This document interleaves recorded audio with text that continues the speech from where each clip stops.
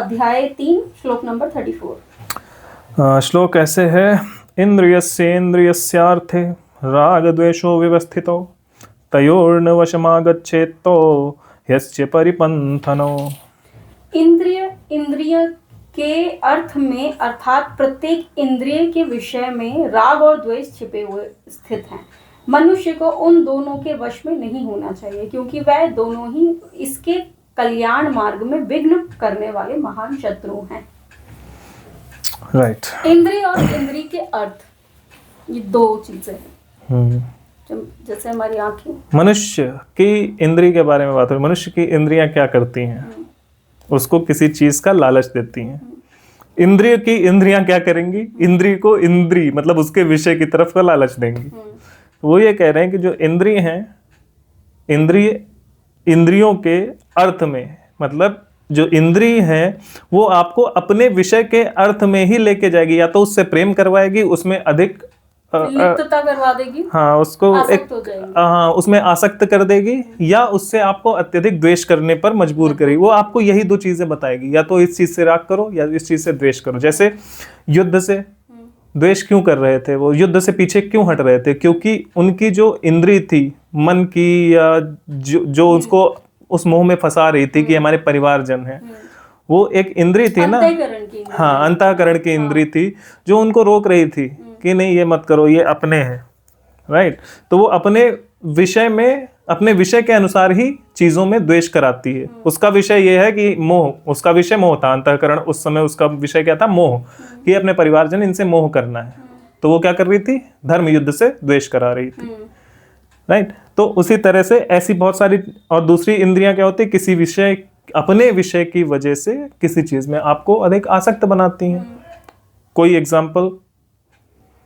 आसक्त बनाने का बहुत सारे हैं। जैसे कि कई बार क्या होता है कि आसक्त और द्वेष में दोनों का दे देती हूँ। कई बार क्या होता है कि जो टीनेजर्स में जो लड़के लड़की ये गर्लफ्रेंड बॉयफ्रेंड वगैरह बनाते हैं, तो अगर किसी के साथ किसी लड़की ने धोखा कर दिया, खूबसूरत लड़की ने धोखा कर दिया, तो अब वो ना हर लड़की को उसी तरीके से ट्रीट करना चालू कर देती है कि मैं तो ये तो जो स्मार्ट होती है वो तो होती है बदतमीज। कई बार तो इतनी अति हो जाती है कि वो लड़कियों के नाम से नफरत करना चालू कर देते हैं। ये हो गया उनमें द्वेष। और खूबसूरती, क्योंकि अगर किसी को खूबसूरती पसंद है तो वो एक के पास नहीं टिक के वो 4 लोगों को बनाएगा गर्लफ्रेंड, क्योंकि ये भी अच्छी, वो भी अच्छी, वो भी अच्छी। तो अफेयर जो चलते हैं वो उसी बेस पे चलता है। क्योंकि आपकी जो आंखें हैं वो सुंदरता में आसक्त हो रखी है ना। तो सुंदर, ये भी लड़की सुंदर, तो ये भी मेरे को चाहिए, ये भी सुंदर है, ये भी मुझे चाहिए, और भी जो भी सुंदर गाड़ी है वो भी मुझे चाहिए। कि कोई गाड़ियों में आसक्त होता है, कोई मतलब कोई भौतिक चीजों में उस तरीके से आसक्त होता है, कुछ मतलब किसी भी तरीके से आसक्ति तो हो सकती है ना। जैसे मैंने गाड़ी का एग्जांपल, कुछ लड़कियों में आसक्त होते हैं तो कुछ गाड़ी में आसक्त होते हैं। मुझे गाड़ी पसंद है और जितनी अच्छी लेटेस्ट मॉडल की आएगी मैं बोलूंगा। कुछ लोग तो आईफोन में आसक्त होते हैं। ठीक है, और एक आसान और कर देते हैं। इंद्रिय, एक इंद्रिय की बात करते हैं हमारी, ये क्या बोलते हैं जबान को, कौन सी इंद्रिय बोलते हैं? स्वाद इंद्रिय। हाँ, हमारी स्वाद इंद्रिय ये 2 चीजें करती है आपके लिए। एक, ये आपको इसके विषय क्या है? स्वादिष्ट चीजें। राइट। तो स्वादिष्ट चीजों में आपको ये अति आसक्त कर सकती है। तो आपको, आपकी जबान को जो स्वाद बहुत अच्छा लगता है, बार बार आप खाना चालू करो, उसमें आप इतना आसक्त हो जाते हो कि आप बोलते हो कि यही सब कुछ है, यही, उसके लिए आप कुछ भी करने को तैयार हो सकते हो। जैसे आपकी जबान आपको आसक्त कर देती है मुर्गा मटन कुछ खाने में, तो आप इतने आसक्त हो जाते हो कि आप उससे आगे पीछे नहीं जाना चाहते, वही सब कुछ है।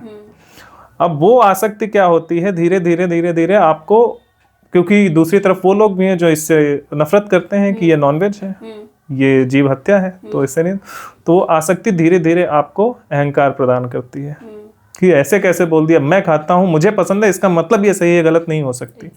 वो आसक्ति आपको इस लेवल पे ले जाती है, वो जस्टिफाई करते हैं। आसक्ति यहाँ पर ले गई। आसक्ति आपको यहाँ तक लाने के बाद फिर आगे क्या करती है? उसके बाद वो द्वेष भी पैदा करती है। ये स्वाद जो है ये आपको द्वेष भी पैदा कराता है। मतलब ये स्वादेंद्रिय है, पहले उसने एक जगह आपको आसक्ति पैदा करा रही है, राग पैदा कर रही है किसमें? उस वस्तु में जो आप खाना चाहते हो। अब आपको द्वेष पैदा कराएगी, क्योंकि अब धीरे धीरे आपके अंदर अहंकार ने जन्म लिया है और अब आपको सामने वाला जो ये बता रहा है कि ये जो तुम भोजन कर रहे हो अपनी इंद्रिय विषय को सेटिस्फाई करने के लिए, ये अधार्मिक है, इसको मत करो, तो आप उसको रिटेलिएट करने के लिए क्या करते हो, वो जो चीज़ें खा रहा है उसके बारे में बोलते हो। जैसे बहुत सारे लोग बोलते हैं अबे कद्दू कौन खाता है यार, कद्दू से घटिया चीज़ कोई नहीं होती। कोई बोलता है कि पनीर कौन खाता है, पनीर यार कोई खाए, तुम लोग खा कैसे लेते हो, इस तरह की बात करते हैं। तो क्या है इसका मतलब कि उसके अंदर उस चीज़ के लिए द्वेष उत्पन्न हो रहा है। द्वेष कौन उत्पन्न कर रहा है, उसी स्वादेंद्री की वजह से उत्पन्न हो रहा है, लेकिन वो स्वादेंद्री खुद कुछ नहीं कर रही। उसके कंट्रोल में आने के बाद आप अहंकार को प्राप्त होते हो, और अहंकार को प्राप्त होने के बाद आप एक से द्वेष करते हो और एक में अति राग करते हो, बहुत ज्यादा उससे उसमें आसक्त हो जाते हो। सिंपल खाना आपको नहीं पसंद है और नॉनवेज खाना या कोई भी स्पाइसी खाना आपको बहुत पसंद है, Even- आप सिंपल खाने से नफरत करना चालू कर दोगे और स्पाइसी खाने को बहुत पसंद हाँ, करना और इवन इसमें एक चीज और होगी, इसमें एक चीज ये होगी कि अगर आप मटन खाने वाले इंसान हो और आपको बहुत ही खराब मटन बना के किसी ने दे दिया और दूसरे बंदे ने बहुत ही बढ़िया वेजिटेरियन कुछ बना के दिया है, फिर भी क्योंकि आप राग द्वेष उस इंद्री के कंट्रोल में हो, उस स्वादेंद्री के कंट्रोल में इस तरह से चले गए कि अब आपको स्वाद नहीं पता चल रहा, आपको बस खाना, अब आप राग द्वेष में फंस चुके हो। तो आपको राग हो गया है नॉनवेज से और द्वेष हो गया है वेज से। तो उस स्वादेंद्री का अब उसके स्वाद से भी आपको कोई मतलब नहीं है, अब आप राग द्वेष में फंस चुके हो। तो अब क्या करोगे, आप खाओगे मटन ही चाहे बिल्कुल सड़ा हो, और वेजिटेरियन जो फूड होगा वो आप नहीं खाओगे। तो जो इंद्री जो है वो इंद्री के अर्थ में राग और द्वेष उसमें स्थित होते हैं, इंद्री के विषय में राग और द्वेष स्थित होते हैं। और उन जब राग द्वेषों के कंट्रोल में आप चले जाओ, भगवान बोल रहे हैं उनके वश में मनुष्य को कभी नहीं जाना चाहिए, क्योंकि वे दोनों ही इसके कल्याण मार्ग में विघ्न करने वाले महान शत्रु हैं।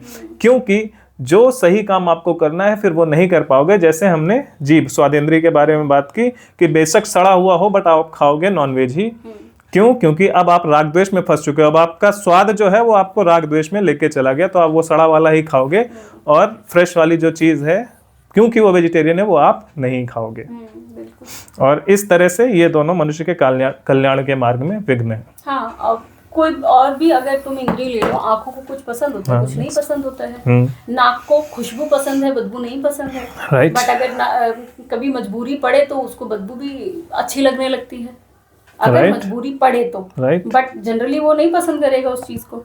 लेकिन दोनों ही आपके लिए सही है, मतलब जो नाक इंद्री खराब नहीं है, इंद्रियों के प्रति जो इंद्रियों में जब आप अधिक जब इंद्रियों में आप अधिक इंद्रियों को सेटिस्फाई करने लग जाते हो, तब क्या होता है, उनके अंदर राग द्वेष छुपा होता है, जिसकी बात ये कर रहे हैं। तो वो राग और जो द्वेष है, उन दो में से दोनों के किसी के भी कंट्रोल में आ पाए तो आप गए काम से। और जबकि भगवान यहाँ पर एक और चीज बताना चाह रहे हैं, बोल रहे हैं कि राग और द्वेष के बीच का जो है वो तुझे चुनना है।